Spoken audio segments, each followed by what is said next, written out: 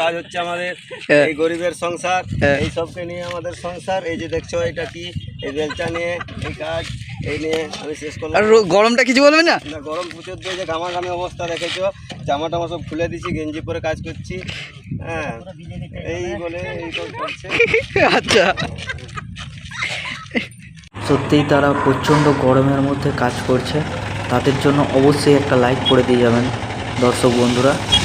পারলে এই চ্যানেলটাকে অবশ্যই সাবস্ক্রাইব করে দেবেন, কারণ একটা সাবস্ক্রাইব আমাকে আবার একটা নতুন ভিডিও বানাতে সাহায্য করবে।